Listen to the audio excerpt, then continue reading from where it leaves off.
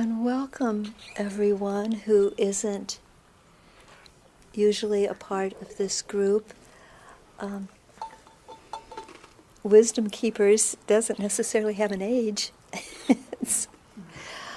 And I wanted to introduce our guest this morning, who I just met this morning. And this is Flordemayo, and she's agreed to come with us. She said she didn't know much about what we were. What we are is exactly what we talked about this morning, is we're just a group of friends that got together and decided that we could support each other in being a deeper experience, to help each other on our spiritual path, so that we could grow, and hopefully that we could help other people grow. So we're just a group. We call ourselves the Wisdom Keepers. We started out being the elder group, and Kismet insisted on calling it elder care, which made us feel like we were all in nursing home. So we are now Wisdom Keepers, and we're certainly open to people of any age group, but it has tended to be some of us who were a bit older and who felt like we really needed to take on the mantle of the elders, and that we needed to mentor, and then we decided we also needed to mentor each other. So that's who we are. And I don't know if you'd like us to introduce ourselves, or if that matters.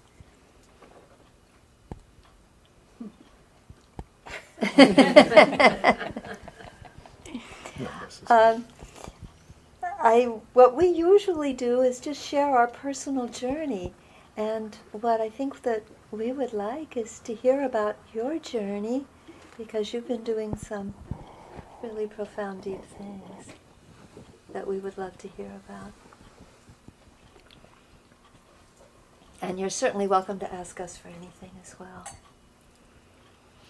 Well, first of all, I'd like to say thank you so very much. Good morning. Mm-hmm. I'm deeply honored to be here. In fact, I'm not just honored, but I'm touched. So I just want to say thank you. When you say to me your journey, it's such a broad question, because I've been doing my thing since I was 4. Mm-hmm. So not exactly sure just how to answer that. I'm not understanding what you're asking me. I'd like to share with everybody that I'm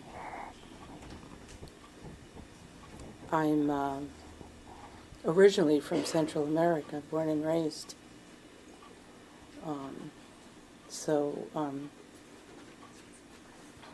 English is my second language. And so that's why I'm returning the question back to you. So, because I really don't know. Are you speaking about this morning, last night, 50 years ago? Yes. 70 years ago, I don't know. I have no idea. But basically, I came to listen.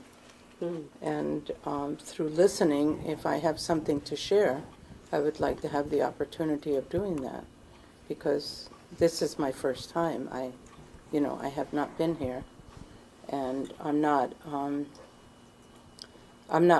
one that goes into and visits different groups. Not that I can't; it's just that I haven't.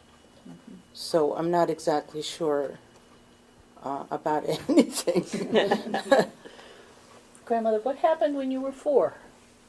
Well, I became an initiate of my mother. Ah. She was a midwife, and she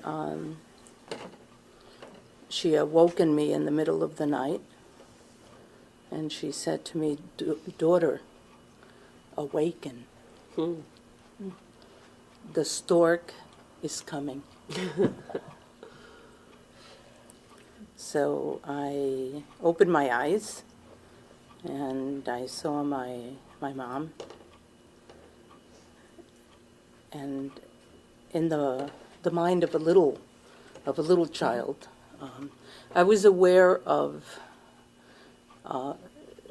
in the way that she took care of the community, and she was the midwife amongst other things, and I was aware of the stork, and I had a sense of who the stork was and how big she was and all of that. And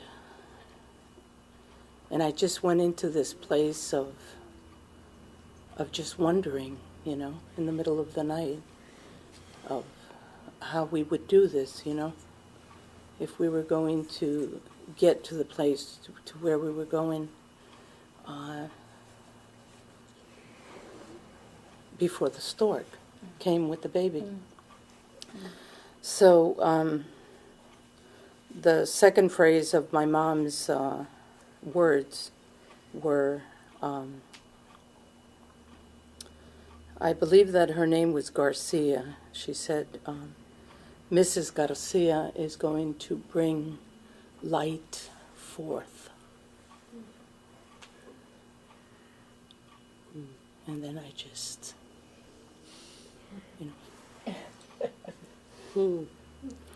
thought of how beautiful that was. Yeah.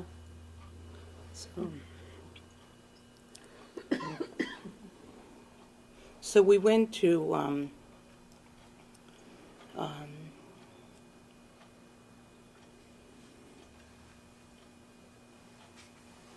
receive the baby. That's basically what happened. So we ran. We ran through this tiny little streets in the middle of the night.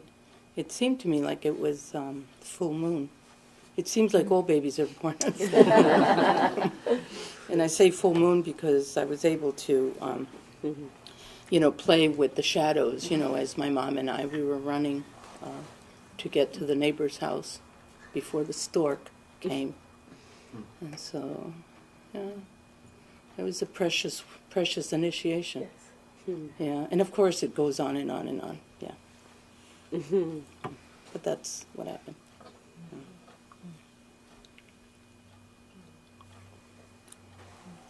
What can I do as a grandmother to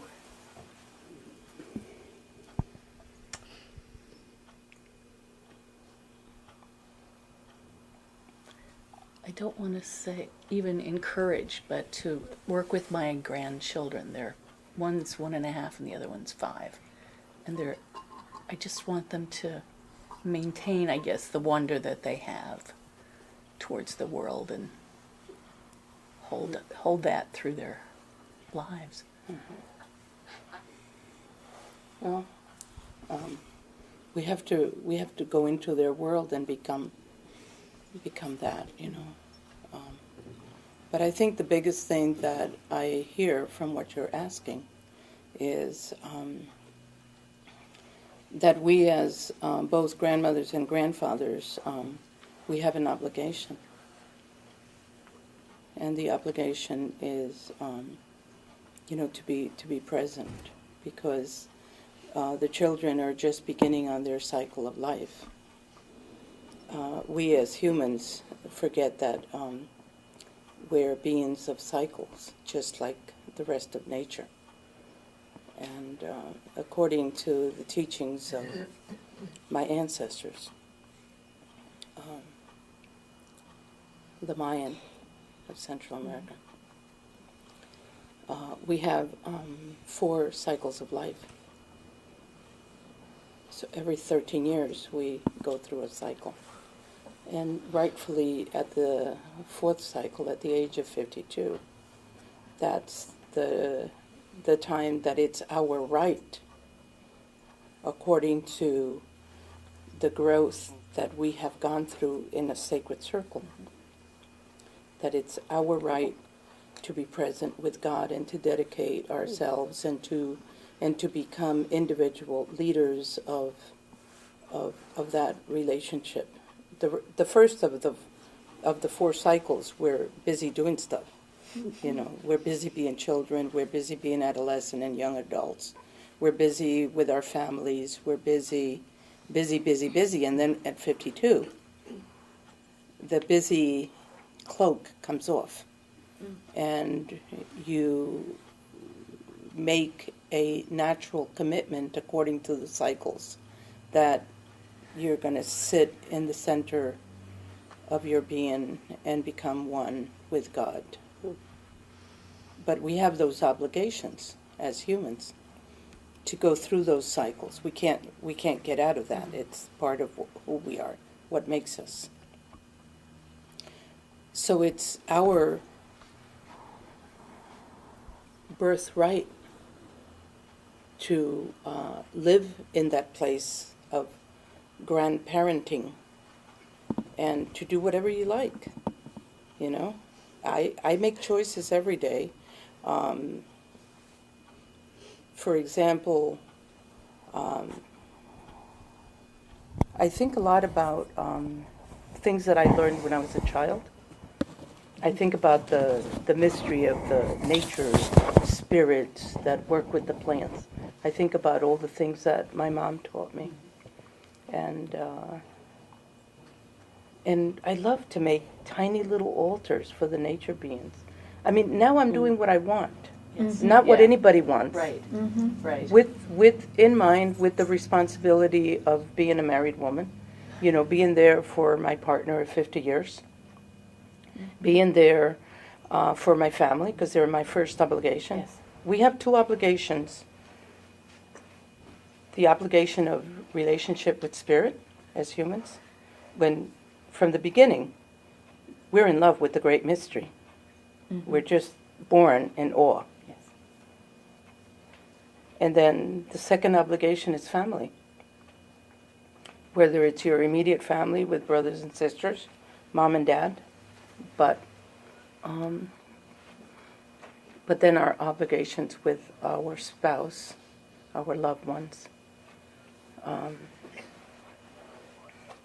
So constantly, we're not on one path. We're always on a dual path all the time, because we have to deal with the one responsibility and the other responsibility. And it's up to us to make that decision.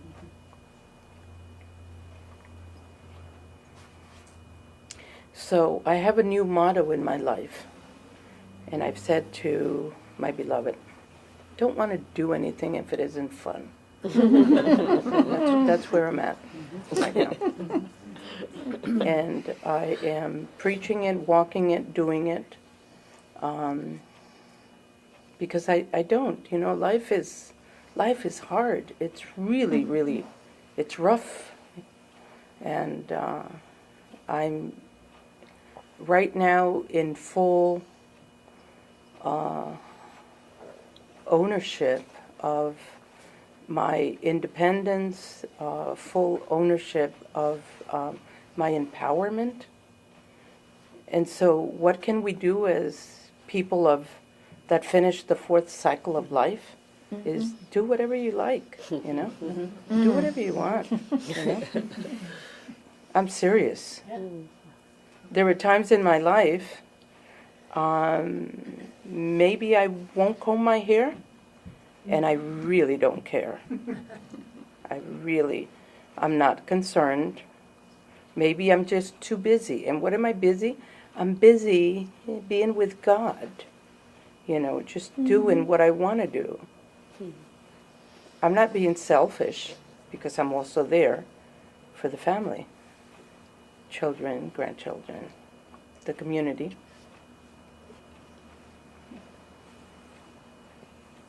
So it's okay. That's part of the empowerment. We have to be comfortable with that. We have to be comfortable with who we are. And how do we set our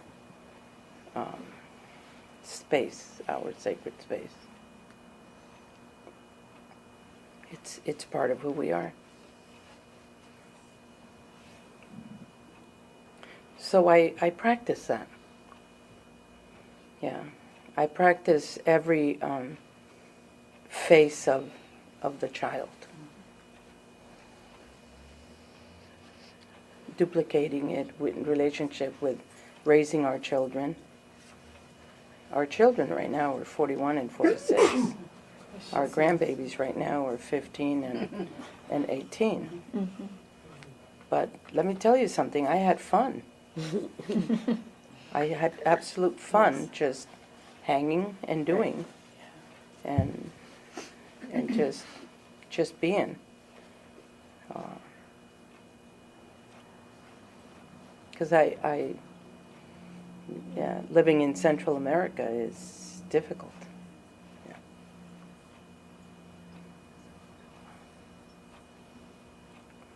So it really is up to us to do what we love with every moment that we have. Yeah. I think that's so hard for us to give ourselves that permission.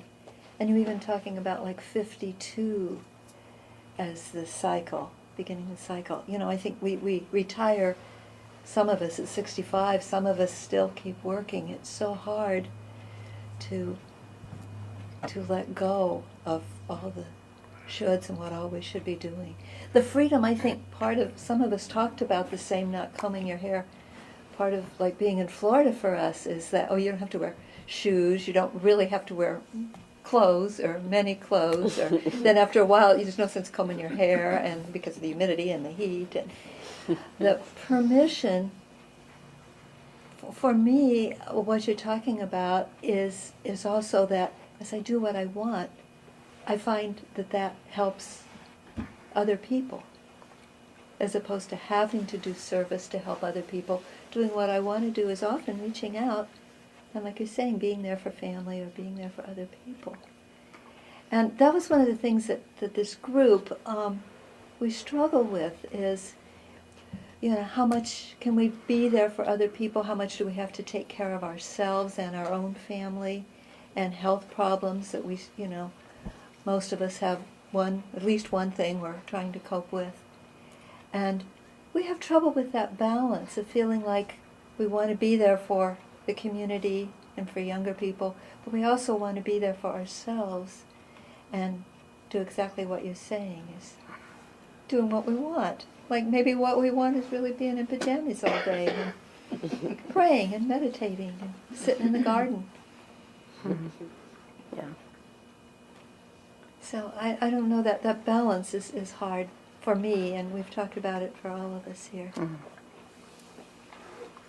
Well, as I was saying before, these are part of our teachings.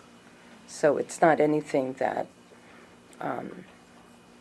you're hearing it for the first time right now, what I'm saying about the 4 cycles, perhaps. But for us, it's second nature, so I can't relate to that at all. It does not exist in my way of thinking. I don't think like that.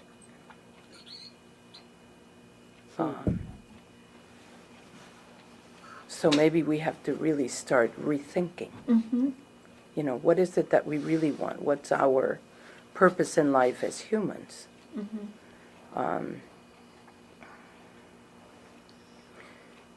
The one thing that I have learned to balance myself is between the day and the night. And one sweet thing that I heard from Pierre Zia when he did a talk, it was called something of love and light.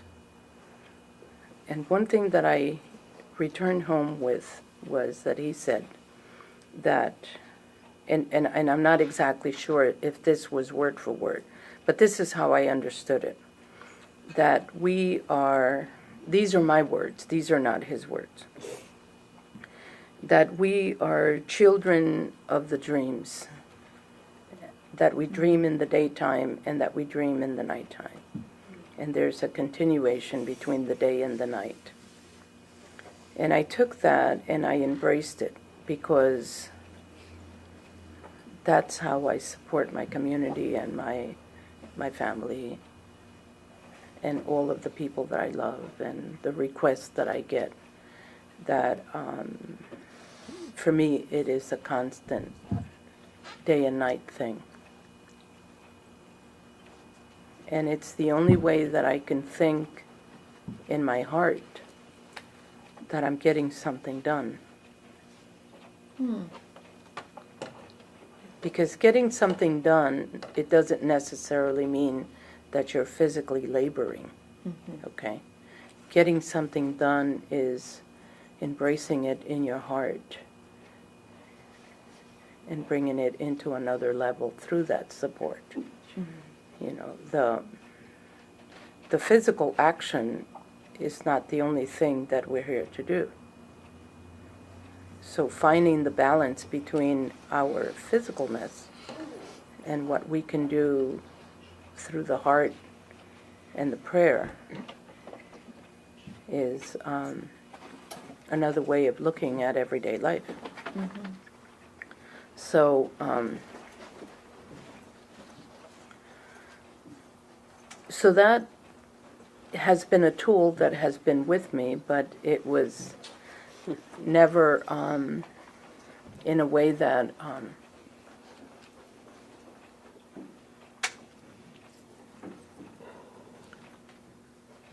that I embraced it as much as I did at that moment.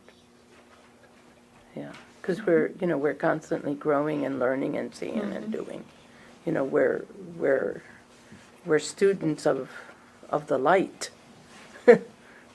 Forget about life, you know. Yeah. So we're just constantly learning. So I was very appreciative of hearing that. It seemed to me like in a different surroundings, because it's not like I haven't heard it before. You know, it wasn't any of that. So it was very confirming to my heart. And so, you know, we shouldn't feel any guilt because of what we're doing,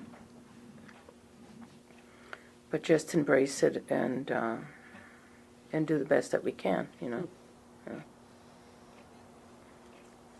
You know, one of the most memorable stories I remember doing a hospice volunteer training was a story of a young person going to a nursing home, and her job was to connect with someone and who was in this home, and the woman was sitting looking out the window, and the young person went and was, you know, can I talk to you? Can I, you know, and the woman just kind of was looking out the window, kind of staring, and she was just kind of like, well, can I massage your feet? And again, the woman just was looking, and she was taught, the volunteer was talking and telling her stories of the day or whatever, but not getting a response. You know, the woman didn't turn and look at her, and so finally this woman in desperation just sort of became quiet and became still and sat next to this woman. And in a few moments, this elder woman turned to her and said, I'm looking at the light. And with that, you know, this younger was able to enter into the the experience of this elder who was really not wanting all kinds of help, but was really just looking at the light. And that story just was, for me, it just meant a lot.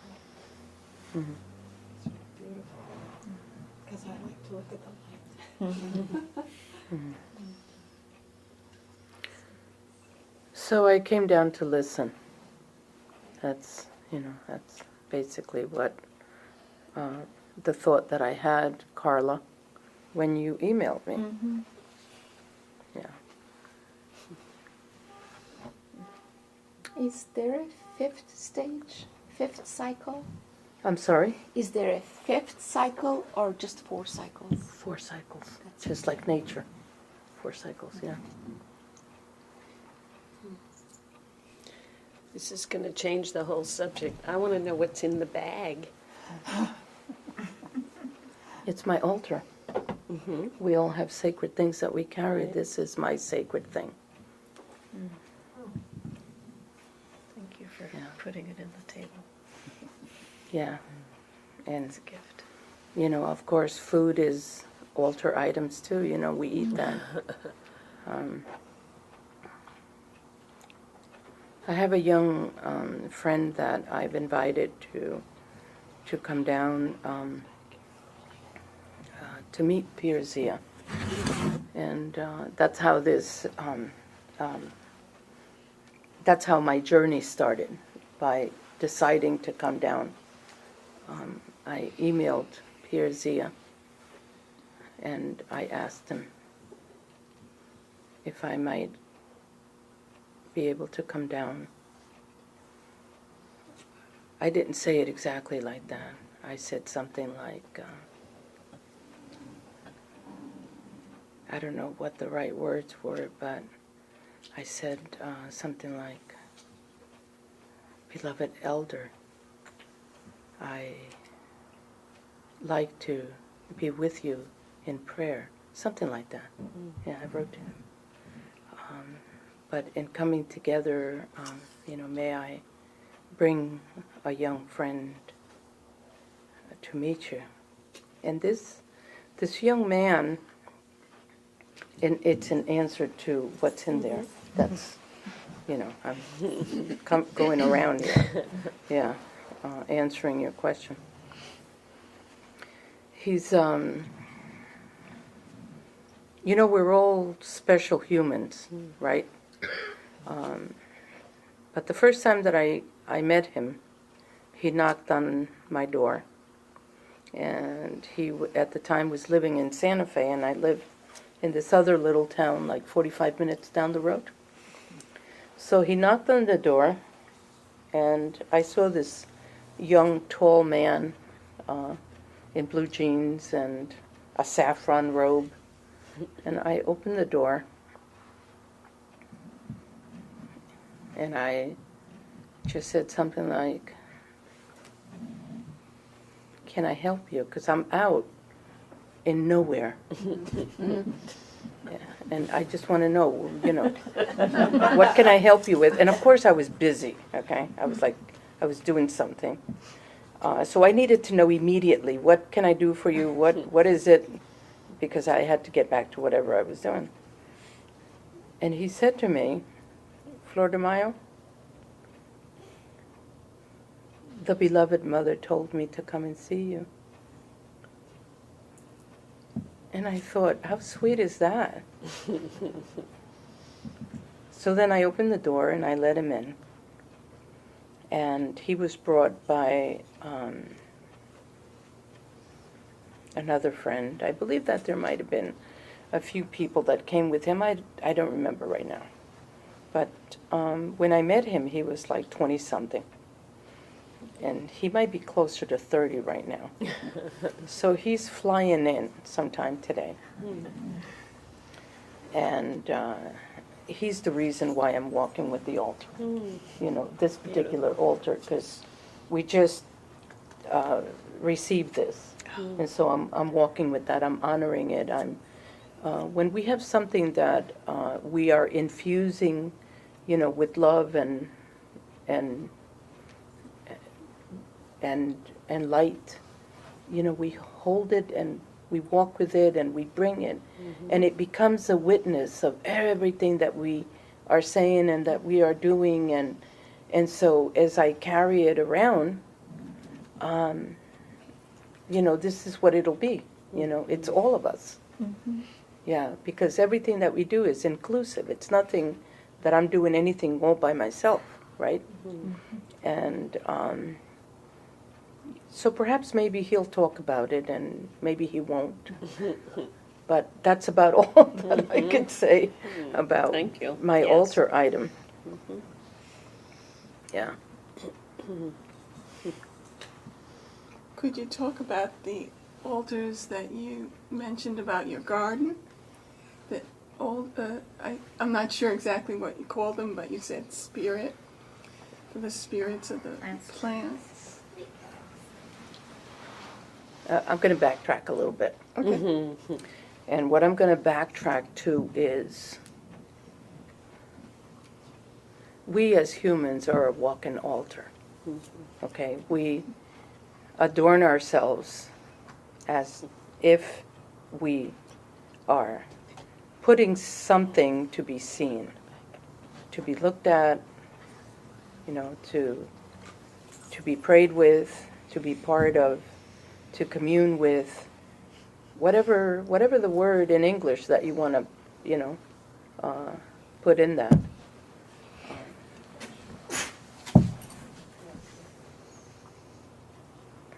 I love things.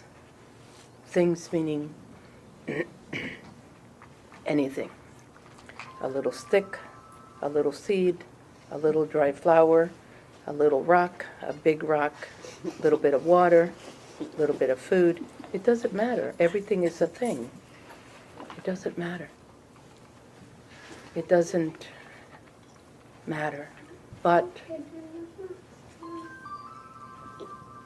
I spend a lot of time thinking that way, how to bring these things together.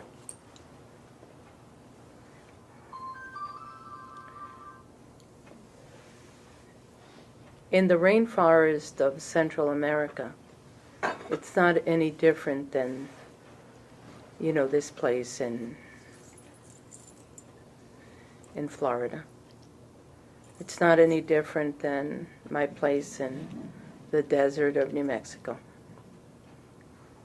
It's different in the vegetation, but it's not any different because every ground is a sacred ground, regardless. And so we have to be able to create these things for us, these sacred places, these sacred things, where we could be fully immersed. We don't have to be in a particular place at a particular time to be in dialogue with the great mystery.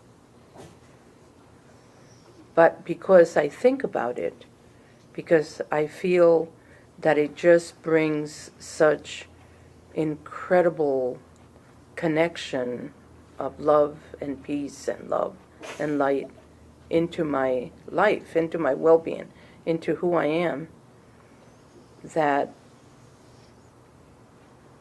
I love to bring things together. So, in perhaps making a little altar, because they're little people, they're little light beings, and some of them are teeny weeny. So I go out of my way looking for teeny weeny little dishes and cups and little containers.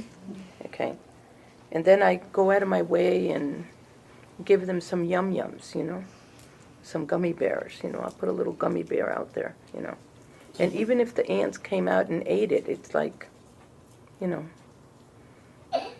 I'll have fun looking at the ants, Because being raised in a place like the rainforest, you're surrounded by animals from the time you could open your eyes, that's all you see is, the beauty of nature is everything's just so alive and moving and crawling, and so I could really immerse myself in the slightest little thing, and it's good. It's all good. But that's what I mean by altar. Yeah. So I have these all over the place, all over my house, outside the house, all over the property, in the bathroom, in the office, in the kitchen, anywhere. It doesn't matter.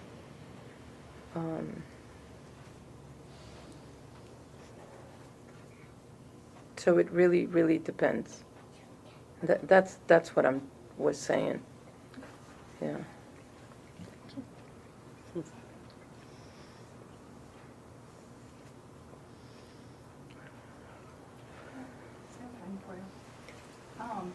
I'm also a midwife. That's what I heard you were coming, and I wonder how you hold space for your women. When do you still do births? And when you have someone who you're caring for, how do you hold the space for them? And with your little altar, surely you have the way that you work with someone who's having a baby.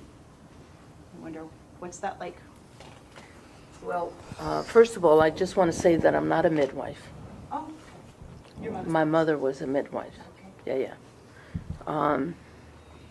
I assisted the midwife, and my assistance was different than any other assistance in assisting a midwife.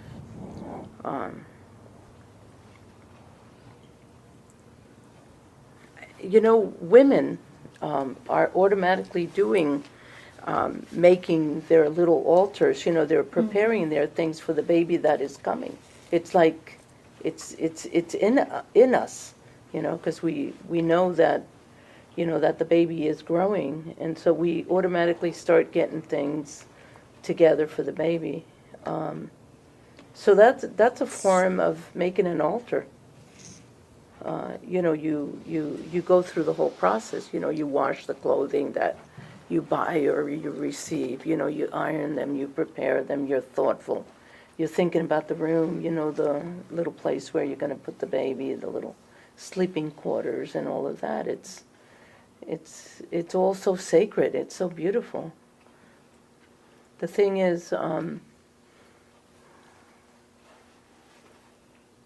we shouldn't separate these things, because they're not done exclusively once. It's done throughout our lives, because throughout our lives we're going to be thoughtful that way about our babies, We're going to be thoughtful about them as they get older, and how we take care of them. So the altar changes according to the age of the child, it seems.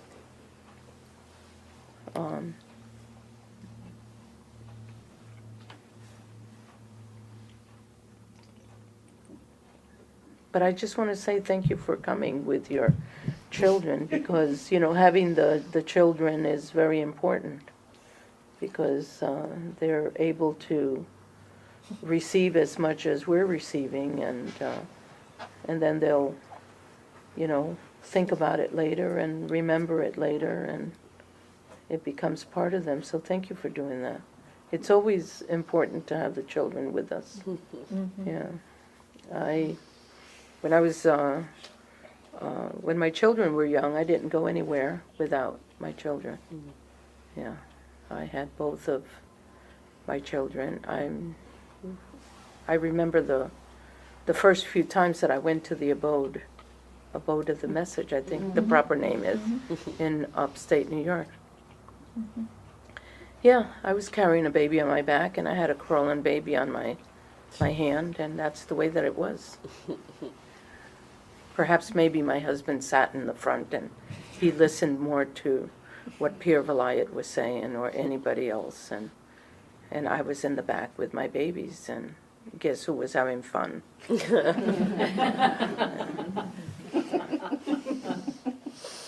Yeah, and it was all perfect. Yeah. What was, you said your assistance to the midwife was different than anyone else, so experiencing would you have anything to say about what's happening when the baby's coming in, when the light, she's going to bring forth the light? Yeah. This is who I am. I am one that can see the light with my eyes closed and my eyes open. I was born with this ability. I don't know what it's called, in English language, but just having that capacity. And so my mom knew this at a very early age, and I started to communicate what I was seeing around me. And so when the babies were born, before they were actually given to the mom, the baby was given to me, which was so adorable because I was able to hold. I mean, I was just a little bitty baby myself. In fact, I was breastfed until I was 4. So I was even being breastfed, who knows, And here I had a newborn baby in my arms. But it's natural, with children to embrace other little babies. It becomes, part of who you are. And you know how to do it. You know how to hold a baby, a newborn baby. And so I was able to see the baby's light. And it was just such an adorable experience for me. It was so sweet.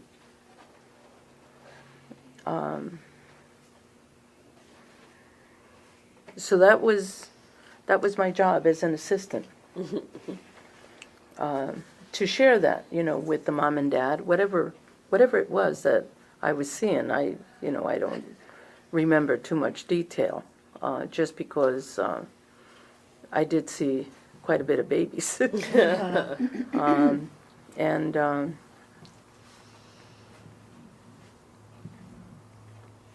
Not too long ago, I go home periodically whenever I can. I'm in the process of going home pretty soon. I saw my first baby that I saw. Oh. And he's exactly 4 years younger than I am. But he came and paid a special visit and said, I've been told that you were there, when I was born. And somehow the family kept it alive and reminded him that at his birth there was a little child, whatever people say. I have no idea. I don't know. But it was so sweet. It was like a very sweet moment for me. So, the confirmation comes sometime later down the road. But was the light the same as an adult as it was when he was a baby? No. You wouldn't remember? No. No. We are not who we think we are. We are not anything like we think we are. What we see through the physical is not what we see through the light. It's just totally different. But of course, we don't have 5 years to talk about it. Yeah. But to answer your question, it's not. Yeah. Was that that you were asked at 4? Your light was seen, and you were asked to hold the baby. Is that a common thing with young children to? It's pretty cultural. Yeah. Yeah. Light speaks to light. Well, actually, that's an expression in Spanish to say, to bring light forth. When a woman has a baby, she brings light forth. That's the expression. That is very cultural. Every and any Spanish-speaking country understands that. Will you say that in your language? And of course, the children are there regardless. Right. There's no separation. So it's very, it wasn't anything that was different. What was different was my mom asking me in a way that a mom would ask a child, what are you seeing? What are you experiencing with the baby?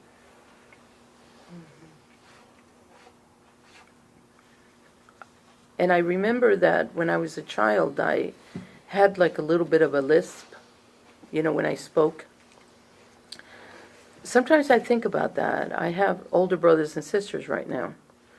And I think about myself answering, with a lisp, with, the way that a child would speak about, what is it that you're feeling? I mean, of course, as a kid, you're in love with the baby and you want the baby and you want to take the baby home. That was probably my first my first, hey, is this baby mine? Am I taking it home? Thank you. Is this,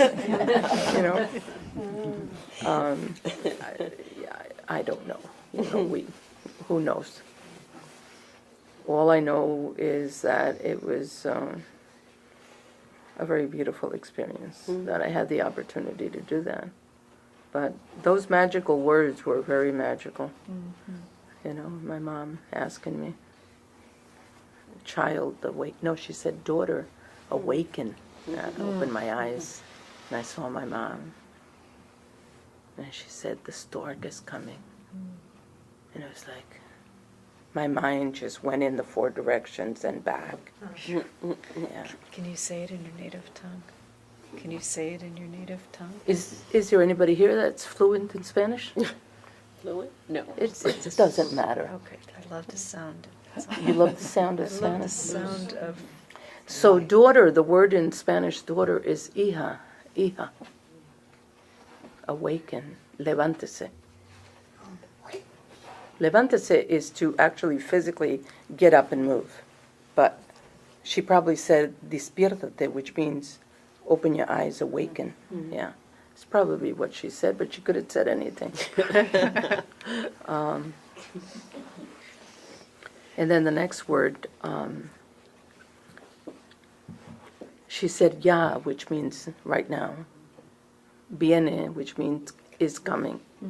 La cigüeña, the stork. Yeah. And then she said, Doña, which is Mrs. Garcia. Va, will, or is happening. A dar, she will, is giving. Luz, light. Yeah.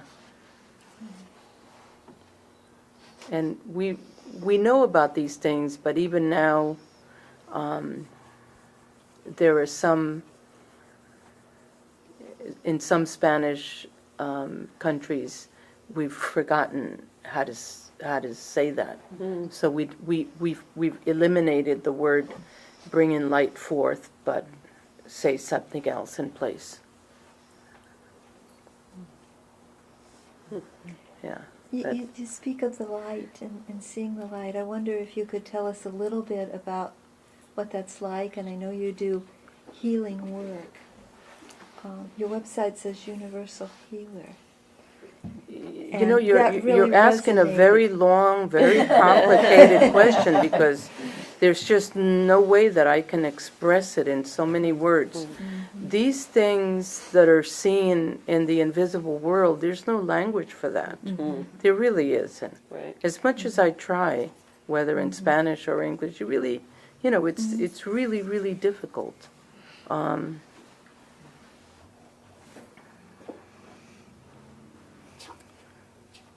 The etheric light, if we're going to talk about like composition of how things are made out of, I would say, one basic geometric form, and it's and to me, I don't know, okay, because I don't know anything. I just want to say I don't know anything. I'm not saying that I'm you're asking me what I see. What you I'm expressing see. what I see as myself, Flordemayo. There are triangles of light. That is the beginning of everything. And these triangles have the capacity to amplify and magnify light. When you look at the light body, these basic geometric form, this triangle, when you work with it, and what I'm saying, when you work with it, when you are aware of it, and you can move it, and you can manipulate it, and you can do whatever it is that you have to do, in order to mold and form. It comes into like a double triangle, like a six-pointed star, and then it becomes another triangle, and then it becomes another triangle, until it becomes a total sphere of triangles. And these spheres merge together. This sphere is like a particle, and this particle merges together into more particles and more particles. And when we are doing, for example, we meaning humanity, all of us, okay, all of us are working on healing. These triangles that are not to their optimum, okay, need to be removed.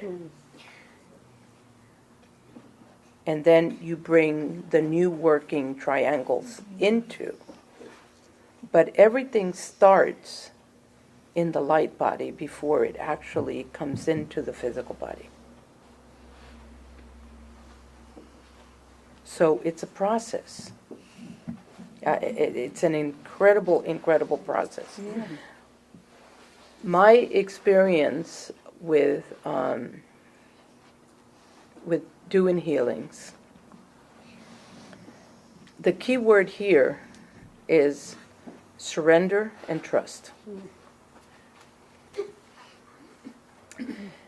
Because the physical body is the physical body, it's constantly repairing itself, okay? And let's say, for example, that, we have a tiny little seed, a tiny little plant, and there's 4 basic things that needs, okay? It's going to need soil. These are one of our sacred elements, okay? It's going to need water. That's a second sacred element. It's going to need the sun, which translates to the fire. It's going to need that to grow. And it's going to need the air, okay? And that little seed, that little plant, that little tree is no different than we are. We can't separate ourselves from nature. We and that is the same. And indigenous people say, my brother the tree, my sister this, my brother that.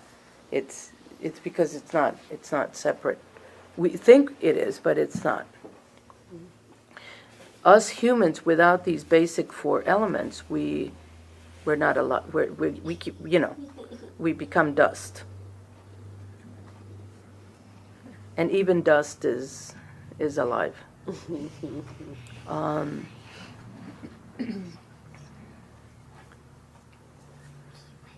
So the body is constantly replenishing itself and redoing and restructuring, just like the earth is constantly moving and growing and, we say maybe in the Spanish language is going through like a gestation period. We're constantly going through this, renewal, I don't know if gestation is the right word. Would that be like a good word? I'm speaking to you, sweetie. Yeah, right? Gestation. It's constantly renewing itself, right? A rejuvenation. Rejuvenation, there you go. That's a sweet word. Yeah. So when we are in the process of wanting to heal, okay, it starts with us first. I've seen a lot of medicine being done in my life. It was like my mom's pleasure to take me as a child to watch people do medicine. I saw it firsthand, the way that it works. And my observation has been that we as humans, if we are in a place mentally, emotionally, in a place of acceptance, okay? Acceptance means that, we are okay with knowing that we're not feeling well, that we are okay in knowing that we want to help ourselves, okay? And then the other word is,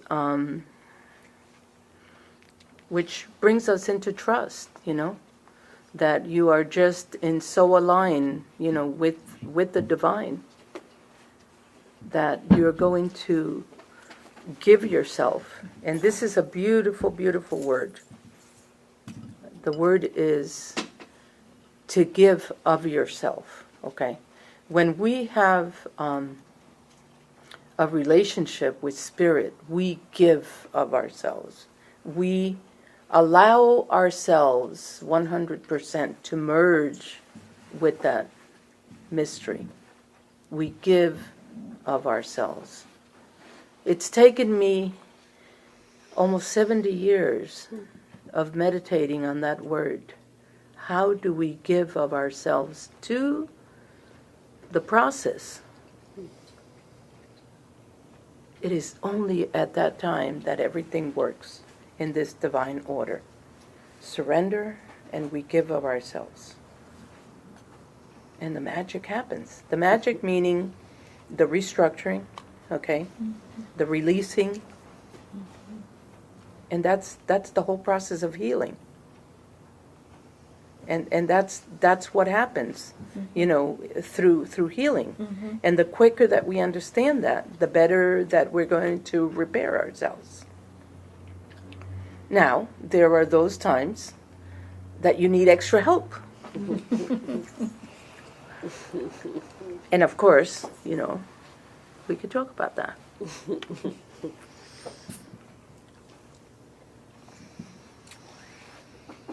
Does that make any sense? Yes. Yeah, sometimes I wonder if I'm making any sense. I think we all wonder that sometimes. Yeah. Flordemayo, when you work with the essence of Louder. when you work with the essence of healing plants, you have your spray, the sprays you use sometimes. How do you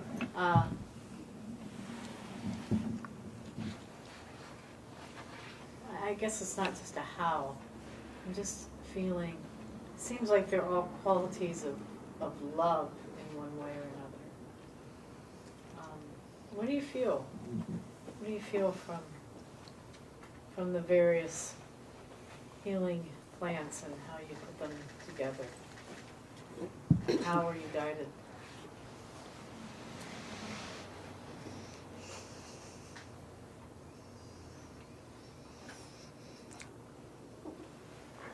There's two parts of that. First of all, I want to say I don't know anything about plants. I don't. Oh, but you do. I just allow myself to be one,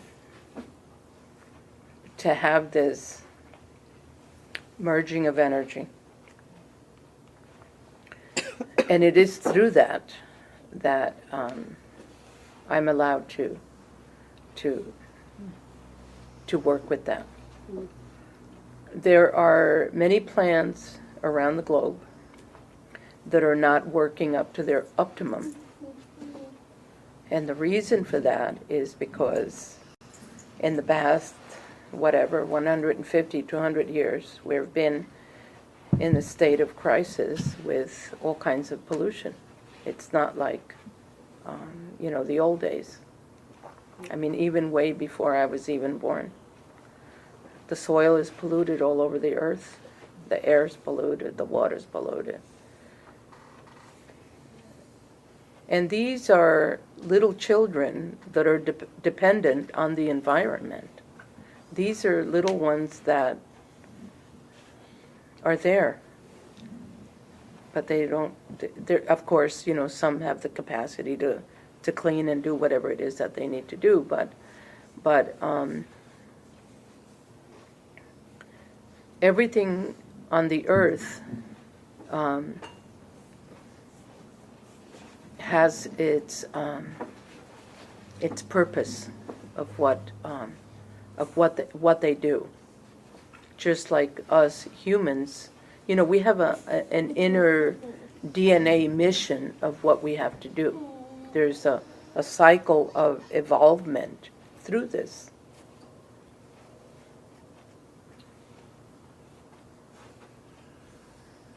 And also, there's the process of migration. These plants are moved about all over the world from the beginning of time, just like humanity. The beauty about the plants is, they have no borders. It's like the light. The light has no borders. I hear a lot of these conversations about seclusion, borders, this type of person, that type of person, what you believe, what you don't believe, what you do, da da da da da da, and all of this, and I'm like, oh. But I don't see it like that. Okay? I don't see it like that. I see it absolutely different. The plants that I used it's hereditary information. It's things that my mom used. And that's, pretty much, thank you. Fine. Thank you, bye-bye. Gonna take them to play.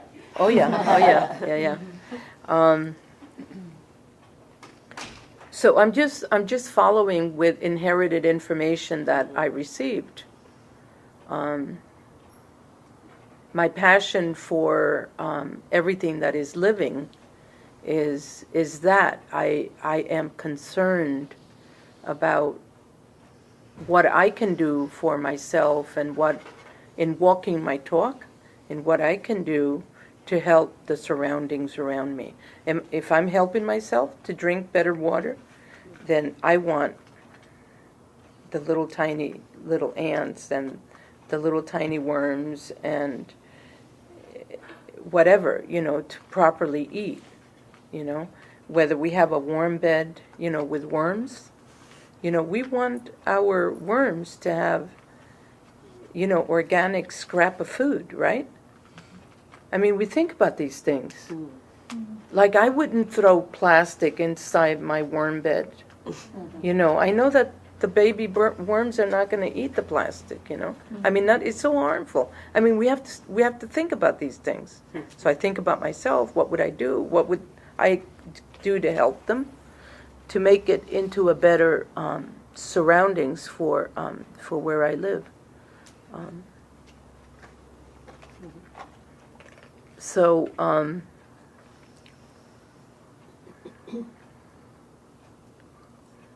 I hope I answer your question. Yeah. Yeah.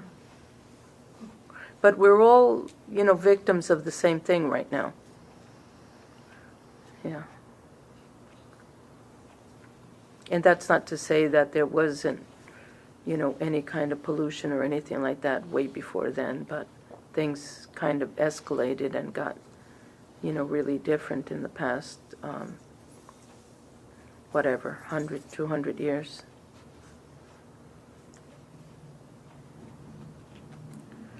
So it really is, it's up to us, to do what we can do in our part, or to learn about it, yeah.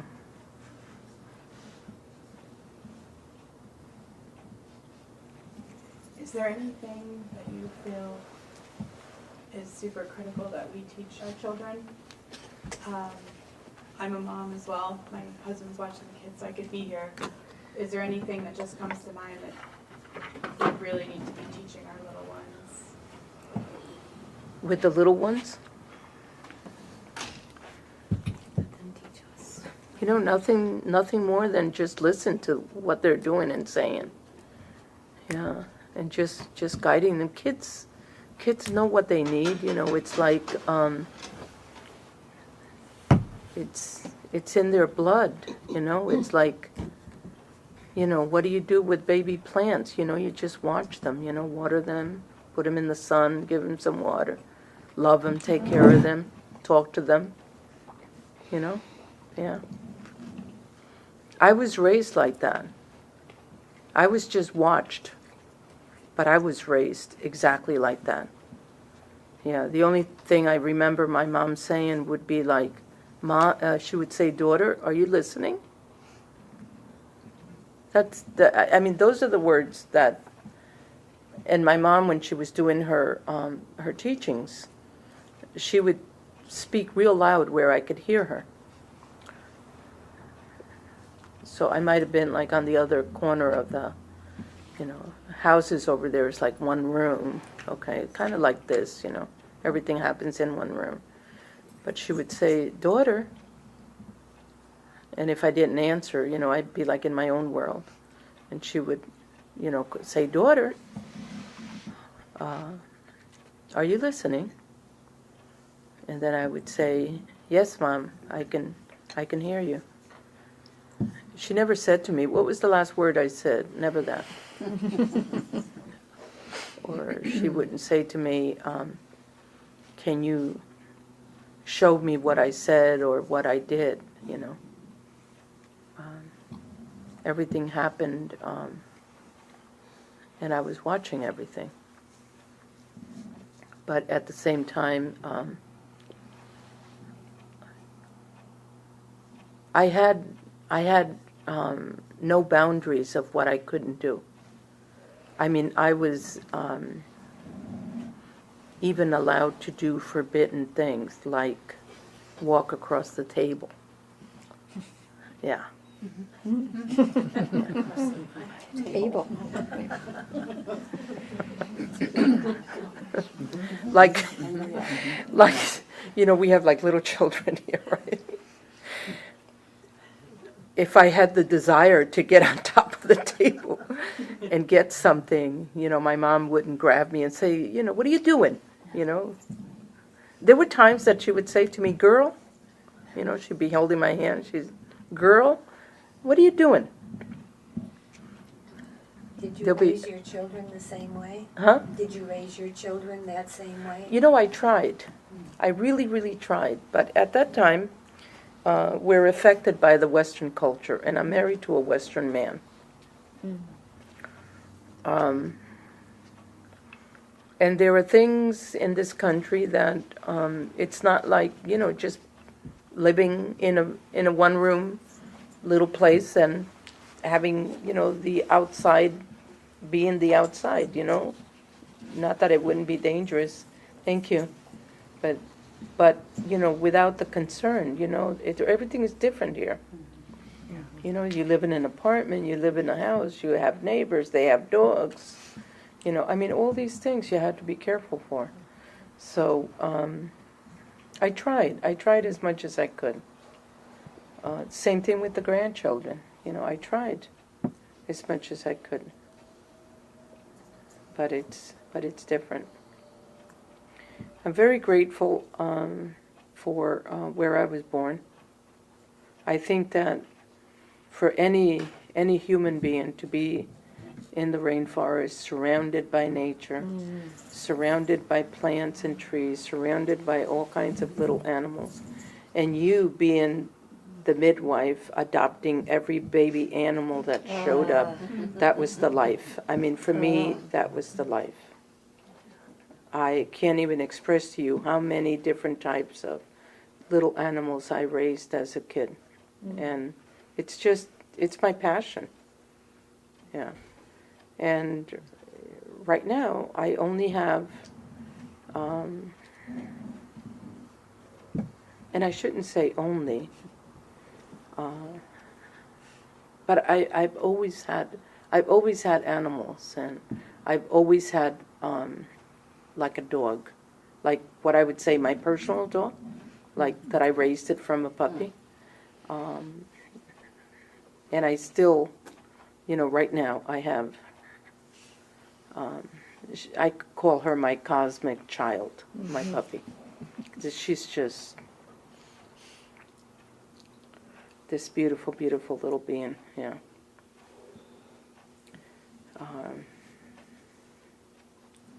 And I do. I spend a lot of time going into her world.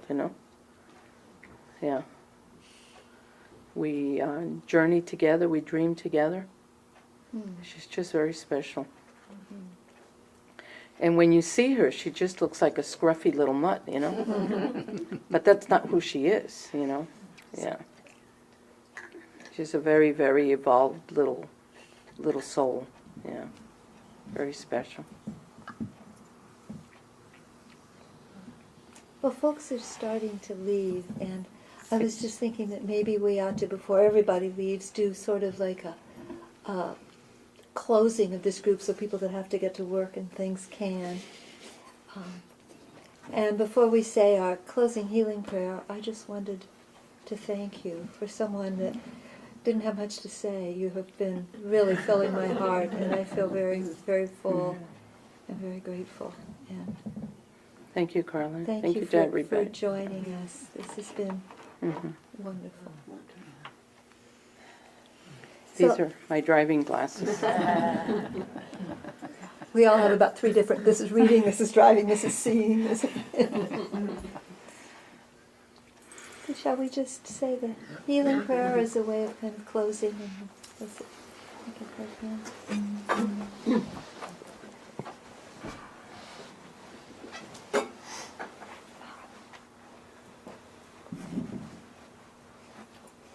Kismet, you want to start the prayer?